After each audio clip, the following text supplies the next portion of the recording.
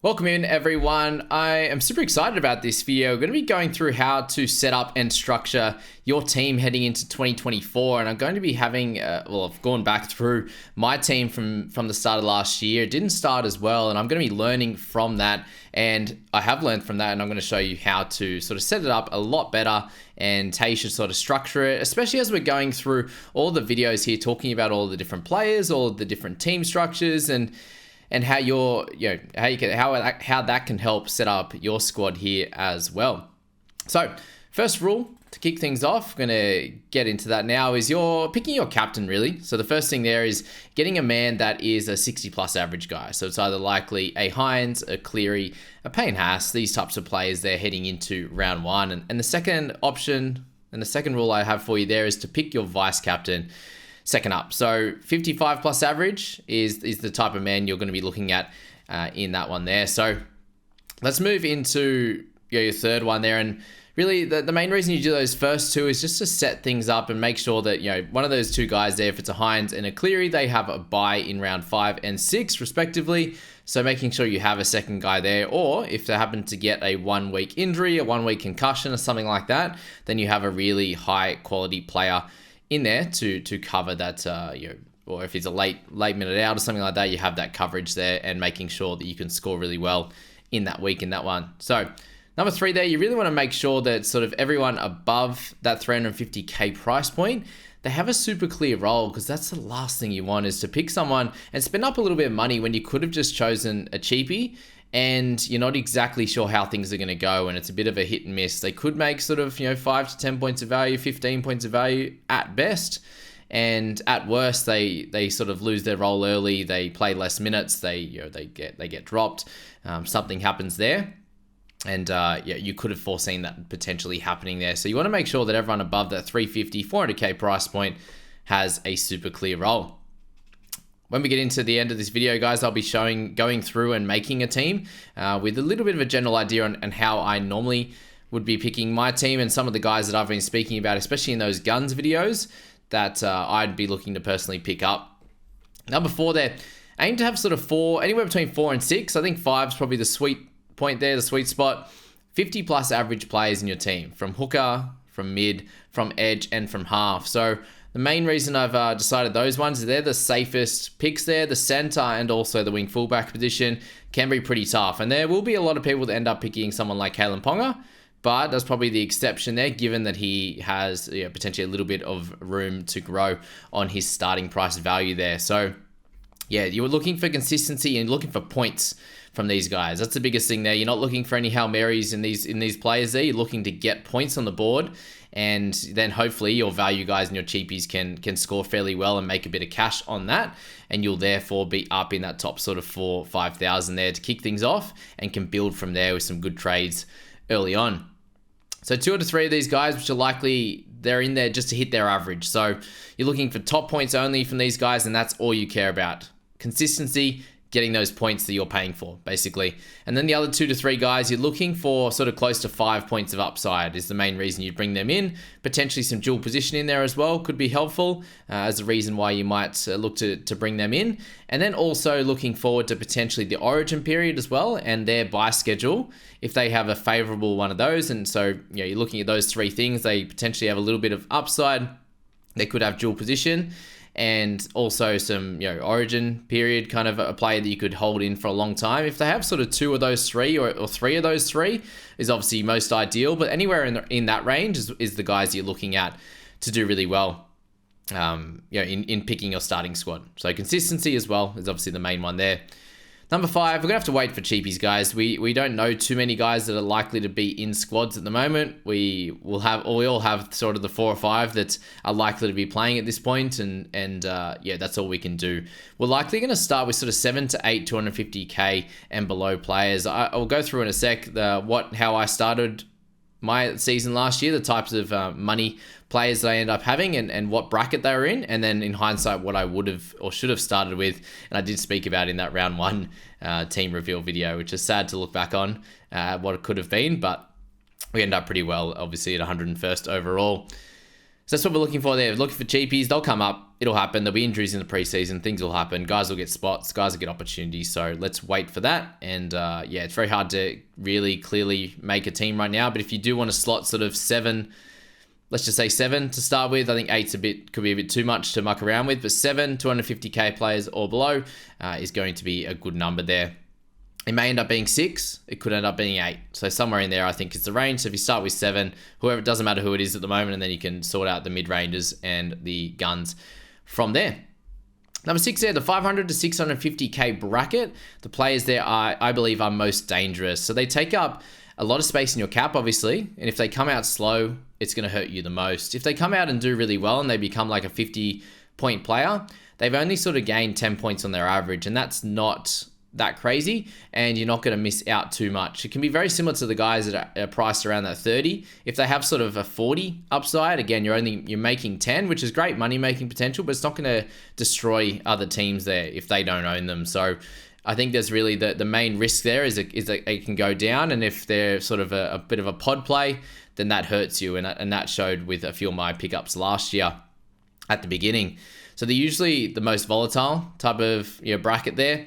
And really, you look back and you go, I could have just upgraded them to a consistent 650 plus gun and downgraded elsewhere to facilitate that upgrade. So yeah, if there's potentially other cash cows around, that you could easily do that, drop down one of your 400k guys to a 250 or a 450 or down to a 300 or something like that, could work out best for you there. Number 7 there, so going cheap in center and wing fullback, it's never going to hurt you. It just never does. And unfortunately, we see that when we go, I just want to shore up my position. I did that last year as well. Shore up the centers, shore up the wing fullbacks, just make sure that looks pretty strong. But really, overall, it's a position you're trading fairly heavily anyway. And a lot of the time, those plays, they start slow and you get annoyed with the situation and where they're at in your squad. And you end up looking to trade them out anyway. So that's the frustrating one with those guys there. All right, let's move to 8. So leave 50 to 150k in the bank for early moves. And it's something that I very rarely do because I'm like, I want to maximize my round 1 team. But pretty much on all occasions, you're not going to get your round 1 team perfectly.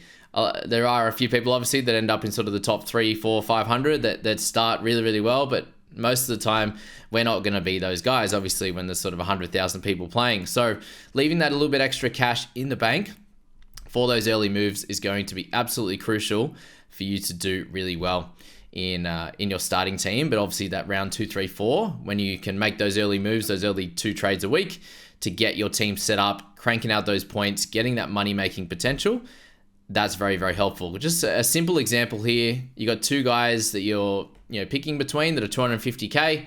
You only leave 10k in the bank. Your 250k guy hits a 12 to start and they lose 5k. The other 250k you potentially wanted comes out and gets to 33 in the first game. You're like, damn it, I picked the wrong one. You've now, that guy's made sort of 15 to 20,000 bucks with that 33, and you went down a little bit, and now you have to make 2 trades to be able to facilitate that move. Where if you left it, even just that minimum of 50, you have plenty. You have another 20k in the bank to make another trade there. In that one there. And the other thing you could do there is if you do go for one of those 550, 600k guys or a 400k guy and you leave 100, 150 in the bank, you could make an upgrade there very, very simply. And there could be another guy that sort of is a 350 kind of range and you could drop him down to a 250 that started really well. And so you're not missing out and you have a lot more flexibility in your initial trades in round 2 and 3. Number 9.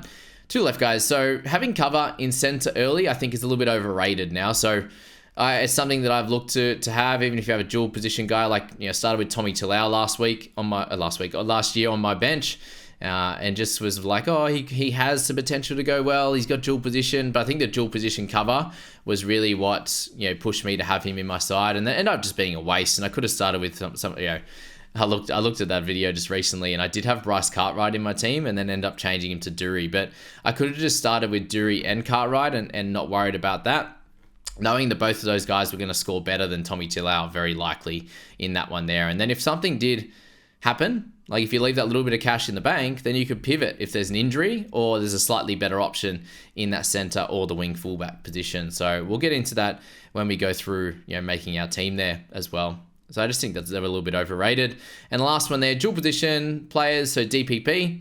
For those that are newer to this, they're always important, but more so during the bye period, right? So pick the guy you have the most confidence with at the beginning of the season, and then look for potentially some dual position guys a little bit later if they might be within a couple of points of each other, but have dual position and they can cover and help you out through that bye period a little bit more, especially for those that played last year. For those that are new, during the bye period, the three major ones where a lot of teams have buys there, you have to fill your starting team only. So your starting 13, so just this middle section here, no one on the interchange or the emergencies actually count.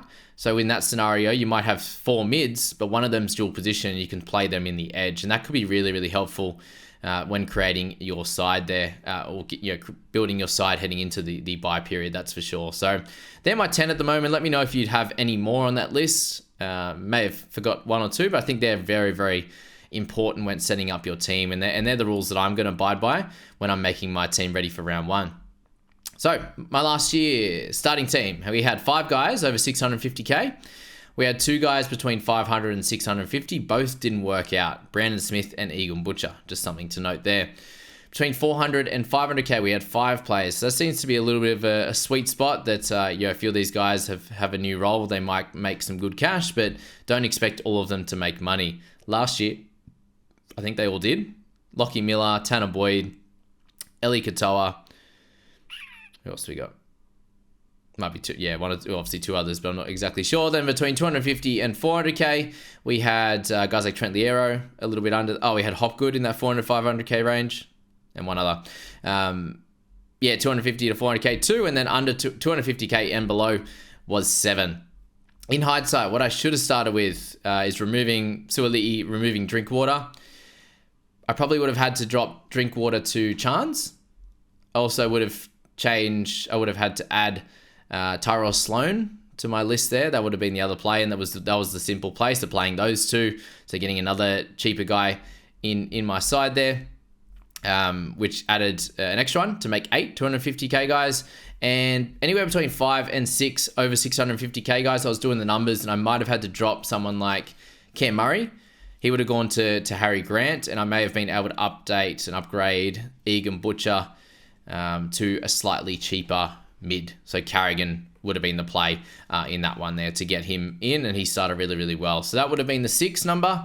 May have had to been 5, but that'd be okay. And then it'd be 4 to 5, sort of 400 to 500k guys, with Chance being added to that, and removing guys like Suoli'i in that one as well. So that's that. And then there'll still be two players between 250 and 400, and 8 players under 250k or 250k and below. So yeah, not every year there's going to be that many guys available at that price that are actually going to be good. And that still did include me having Ben Metal-Masila. It would have included me removing Tommy Talau and keeping Metal-Masila. So I think that would have been pretty fair in that one. I wouldn't have had any cover in that center position. Tommy Talau actually might have been in my starting side, given I would have removed Suoli'i. So it would have been him, or it would have been Harley Smith-Shields. So either way, I wouldn't have scored great in that center position. Actually, scored fairly well with Suoli'i first game. I think he got a 40 odd, but I missed out on the big scores up top with having Carrigan as well, and having Harry Grant. I didn't have him at all. I had Brandon Smith. So that's the way I'd play it. It's not too dissimilar to what it was in the year prior, but you just gotta be really careful with those 500, 650k guys. I still would have started with Brandon Smith, but in hindsight, obviously, you wouldn't start with him, but I definitely would have. Let's say that there was no chance I wasn't going to. Whereas Egan Butcher was a touch and go guy, which we could have gone other players very comfortably. It could have been like a Teague Wilton if I did want to keep with a 500, 650k guy. That could have worked out better. And we knew that he was a guy that had that role, and he played it for a long time. So very, very volatile at that. Let's move into this team now and have a look at how we would go in creating a side here. So let's just say hooker up top we start off with, and there's a couple of guys with potential some value. You have players like Robson with a little bit of value, potentially Jeremy Marshall-King. Harry Grant's up top as the best scorer, so maybe you want to lock him in. And then there's guys like Brandon Smith, Jacob Little, Reed Marnie, and the like there. So let's just say we're not sure on this position at the moment, and very clearly, and it's crazy how high a percentage is, 47% owned already. So let's get Payne Haas in to kick things off. And in the edge there, let's have a look. Someone I've been talking about a bit, and we're just going to start with him here, just as a dual position guy that has a really good ability to score well. So that's a couple of guys there. We got, let's say, Cleary up top in the half position. So there's 3 guys above 650 in our hooker position now. Let's say we're going to go with Robson to kick things off. There's 4. And then do we want to have Grant and Robson? Do we want to have potentially another mid, which could have been, in the way I've been talking at the moment, would be a Jack DeBellin. To add on to that, it could be a Cam Murray. So those 2 guys that you could have a look at. But let's just say that at the moment, there's a fair few mid players available. So we're going to go with the great Harry Grant, and he can be our 5th guy. So switching between those guys in that one there. Cool. So there's 5. Let's lock that in to begin, and then see if anything changes from there. All right, let's go into the mids now and scroll down the list and see what we can come up with. So we know that we're definitely going to have a Josh Curran. Let's lock that in there. And remember, we're going to be a little bit worried about potential 500 to 600k guys. Curran is one of them at 501, but let's lock him in there. Joshy Curran in that one. He goes into the mid. He could be in the edge as well, but that would be fine. Also, with that one there, you have options like Tavir Totola. Could be a solid one for sure. You're looking down that list now, and there's not a clear amount of value. It's sort of in that 400s range. Someone like Tallis Duncan could be a play, so we'll pop him in as a low 400s with not a lot of risk, just based on his very fairly low price in the 400s there. You see all these guys here needing to average in the mid 20s at that. Fletcher Baker, let's say he's another one at 360k. Let's go for him over Tavir Totola just because he is 120k less, which could be very, very helpful for our sides.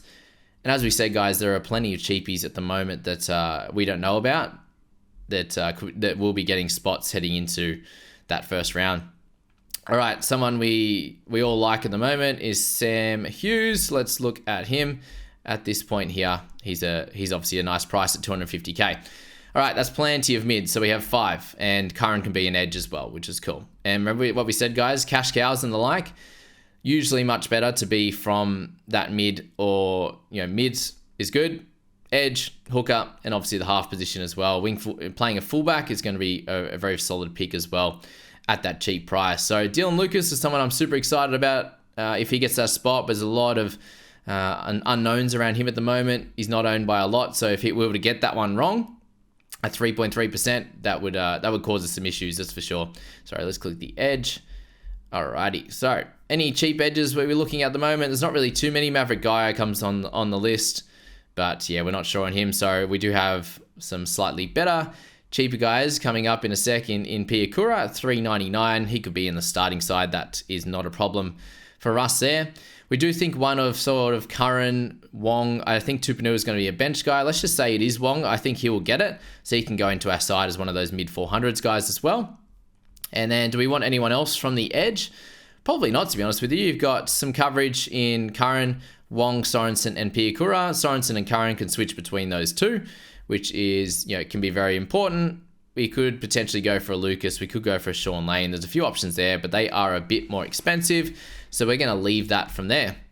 Let's go to the half position there, and the talk of the town at the moment is obviously Jamal Fogarty. He's at 10% owned, which will probably increase from there. Especially if you get someone who's not a big kicker next to him. Let's lock him in as our secondary half in this position. What I said in that previous video there was probably just to lock in Latu Fainu. I think you'll get an opportunity at some point. You can loop him in round 1 between that 4 and 5 spot, potentially in the halves as well if you happen to go for more halves of that. But at this stage, we'll leave that there, and he can be our half cover.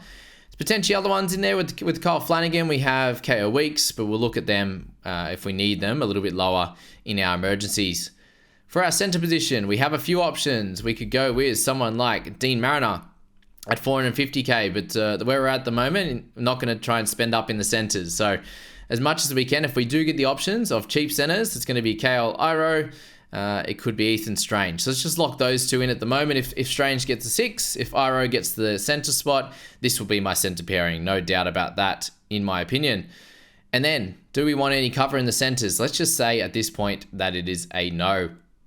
2.275 milli in the bank. So, good news. It's a good amount of cash. All right, wing fullback. So we're probably looking at Jaden Campbell now. So a fullback that has potential to go a lot higher than his 33 0.4 average. I think we can lock that in. We probably want to be pretty fun and put Paps in our team, don't we? Let's see if we have enough cash to have Pap in our team. He might be one that has to go depending on where he's at. And our other one, Munro, I'm really excited about as well. So let's just say they're our options there. What happened there? Money Munro. They want me to put Cam Munster in the side. Okay, that leaves 3 spots left for 971k. So let's just say you got Strange there.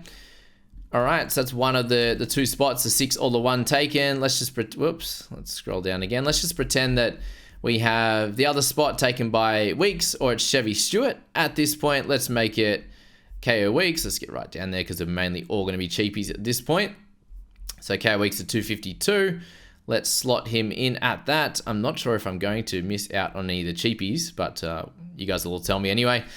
As I'm rolling through this pretty quickly, Nick Kotrick, he's one of those guys that's going to have the spot in the centers for a little bit. In a couple of weeks there, is that worth it? Probably not. It's a little bit of a worry, that's for sure. Do we want any of these guys in this cheaper range here? Obviously, if someone like Jack Howarth gets a spot, then that'll be cool. Liam Henry, potentially at 320. This could be the time where we do end up picking the Kyle Flanagans of the world. I'm not sure if I didn't go past him. 349k, and that leaves us 370k. And if we go by the way we're talking at the moment and potentially having one more cheapie in there and having a bit of cash in the bank, then that could work out well there also. So if we were to do that at 250k, let's put one of these guys, Chevy Stewart. We're either going to replace him with Strange or with Weeks at this point. So let's not put him in our side, and it's really just going to be a random sort of 250k guy or 230k guy. Let's just say, who else we got? Yeah, it's probably not too many others to pick. So let's go for someone that we think maybe a chance of getting a spot. You got Billy Fafita or Maverick Gaia. Let's just say Gaia is our man on that list there. So what are our spots on the bench? Let's just say Flanagan gets the start. Hughes can be sort of looped, which would be cool, or KO Weeks can be looped.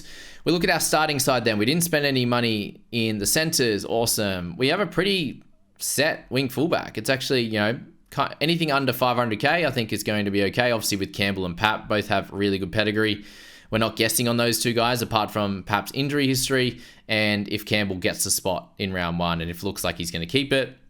Munro scored better than this at the 350 mark, which is cool. The only other change that we could make there for sure is we could go, Kyle Flanagan could go up to our man Dean Mariner. And that could probably be the safer play. To be honest with you, if we were to do that though, we moved him on and we went to Mariner. He could then start in our centers, which could be cool. We have 39k in the bank. Not as ideal, but it's obviously that situation I was talking about with the 250 guys, one going down, one going up. We could still cover that one. Mariner would then go into that position. Or, as I said, you could keep it a bit cheaper and do it the other way. Grant and Robson, you got cover in the hookers. You got plenty of cover in mid, plenty of cover in edge, as we said. You got cover in the half position with Weeks, with Latu Fainu as well. Center position would then be covered if you wanted to do that, or go with Flanagan and in the cheaper route.